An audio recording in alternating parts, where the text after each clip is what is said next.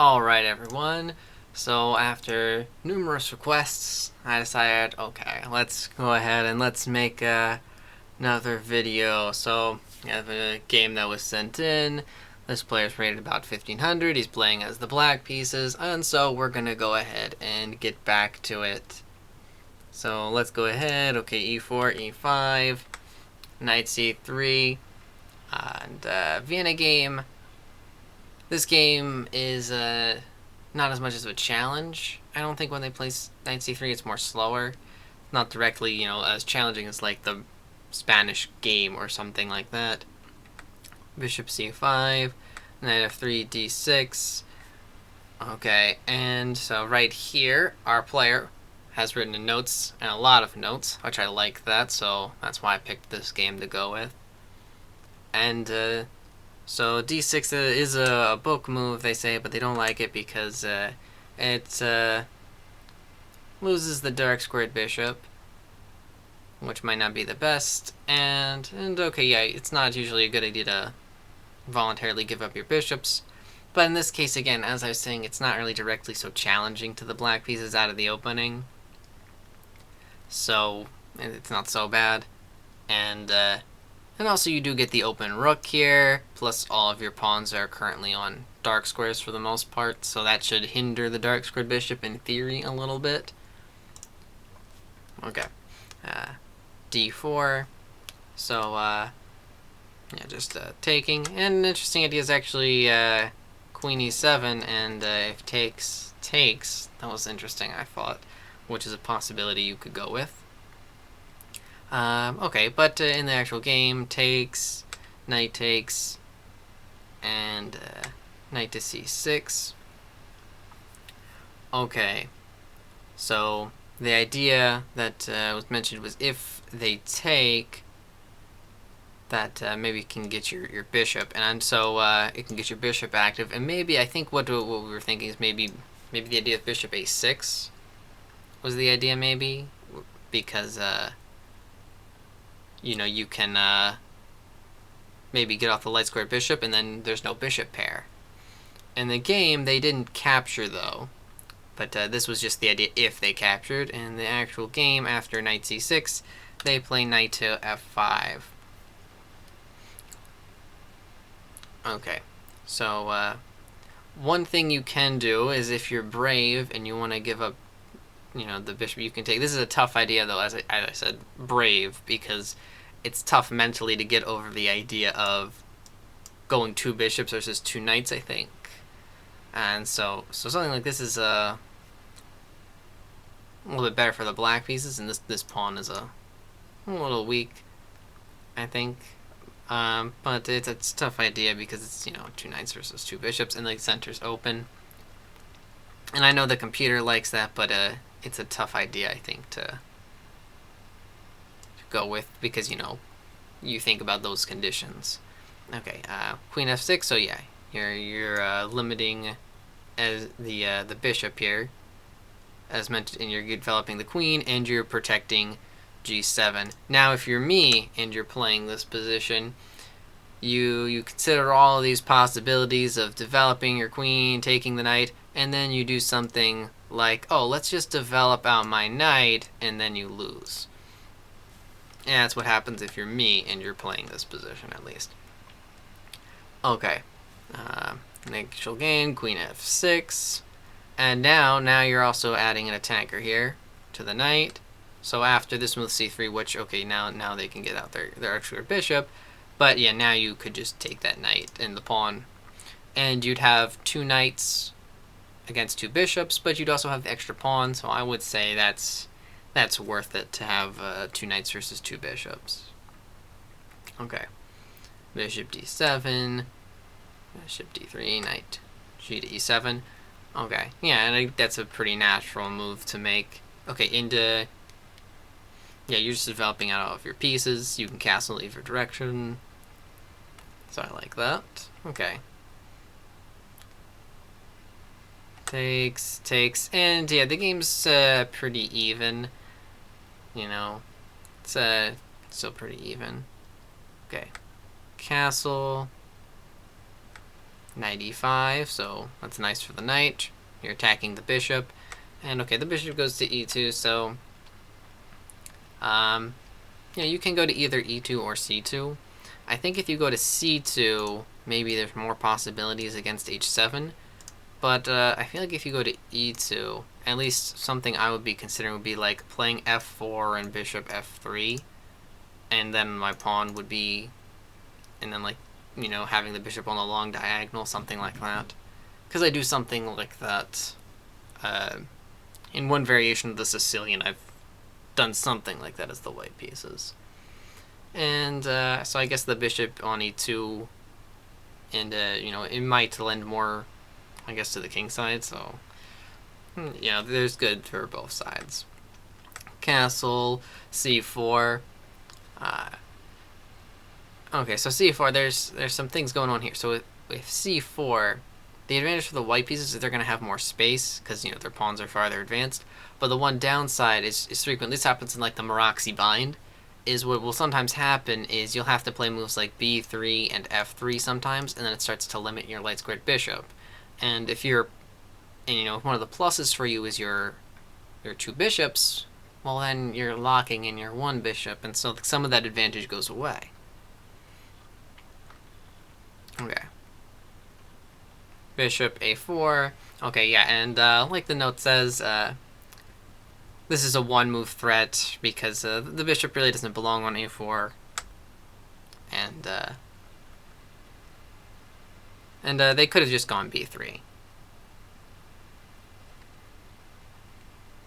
Okay. c5. I don't like this move. I get the idea. You want to attack the center, but I really don't like it because of this pawn. This is like a permanent weakness right here, because this pawn is going to be like a forever target now. You can, like, the white pieces can slowly build up and put pressure on that pawn. Okay. Queen c3. c6. Well, if I was the white pieces, I'd be very happy about that pawn, because I would just double up slowly with my rooks and try to keep you, you know, defending that. f3, 8.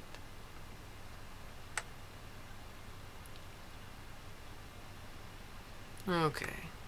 So the bishop's on the diagonal there. Yeah, okay, so we're putting the bishop on a nice long diagonal. So that's why you would play f6 probably to limit the diagonal. Yeah, so if, okay, so in your note, okay, you had the idea that if they take the knight, then that could be positive, yeah, because then you could take like this, and you could take, and then you would have better pawns because your pawns would be on dark squares, whereas you have the light squared bishop, your opponent's pawns are on light squares, but they have the light square bishop. So if they were to have done something like that, that also would free up your your pawn. But that's only if they take. Which I don't know if they want to give up their dark squared bishop, though, because again, they got the bishop pair. That's one of their advantages. Okay. So yeah, they just play a4 to shut down that that file. The idea was good though. For playing the pawn to b5 to try to, you know, get rid of their bishop pair, because that's something, you know, you want to long-term be thinking of that. Of course, at the time, right now, their bishop is a little bit locked in, but it won't always be there, so you should be thinking of how you can get rid of their bishop pair.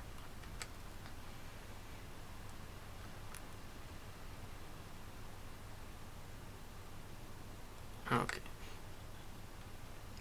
f4, knight c6, queen g3. So yeah, I would say that when they're bringing their queen over to the g3, they're probably starting to bring their pieces over to attack your king. They got the bishop pointing at your king. They got these pawns that are getting space on the king side. They're lining their queen up with your king, so that's probably a signal that they're going to start attacking. and slowly building up. Okay. Bishop to f3. Okay, bringing your pieces. Okay, now you can start to bring them over to defend with that rook, because you're gonna need to defend the pawn on d6, because that's gonna be a long weakness. Bishop to c3. Okay, probably they don't want the knight going to b4, I guess.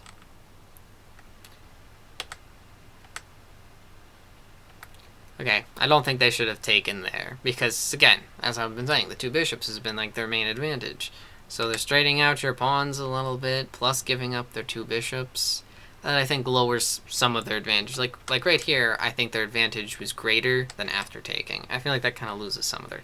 I still feel the white pieces are better, because they have a lot of space, and they don't have a weak pawn on d6, but I feel like it's not as good. Okay, bishop c8. I feel like the bishop should be on c6. Because then, you're fighting for the long diagonal. A little bit, you're pressuring the e4 pawn. c8, it's slightly less active, Okay, f5. Queen e5, yeah. You're probably right about... this really leaving your position weak. Usually the intention is you want to exchange queens when you're in trouble, but you're right. This sometimes the queen might be a good way to help you counterattack as well. And so in this case, we just reached a kind of an end game where it becomes like the cat and mouse, where the white pieces just need to slowly continue building their position, and then they'll eventually win. So we'll just flip through here to the last few moves, and until we get to the end here.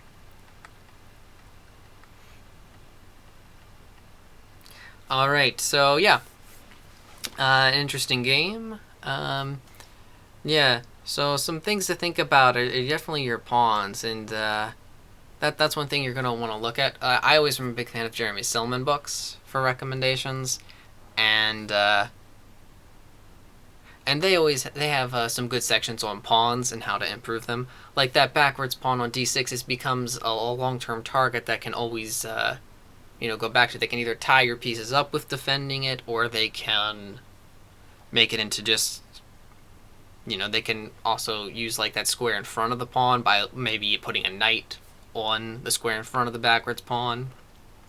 And sometimes, like in Sicilians, you can eventually push the pawn to break open the center, and usually in the Sicilian as well, they sometimes will accept the backwards pawn for getting piece activity. Yeah, and one of the big things is it's just trying to avoid making weaknesses. And yeah, they did have the two bishops, but the two bishops could have been restrained a little bit, because, again, their one bishop was kind of limited by the light pawns, the pawns being on the light squares, and so it didn't make the two bishops as powerful as they could be, I think. Because earlier on, like I was saying, when they had those pawns on like f3 and b3, it does limit the light squared bishop. Yeah, one last thing is also opportunities. Like, where was it? Let me find it in my moves here. Let me go through here. Yeah, like right here. Like, again, this is a tough thing because of the two bishops, but it would create a big imbalance. It would be your extra pawn and two knights versus their two bishops. So that would be a nice imbalance to try to create, to play for. Alright, so hopefully you enjoyed watching this, and yeah, I'm gonna try to make a few more videos, I guess, because it's been a while. Maybe I should make some updates. Alright, yeah.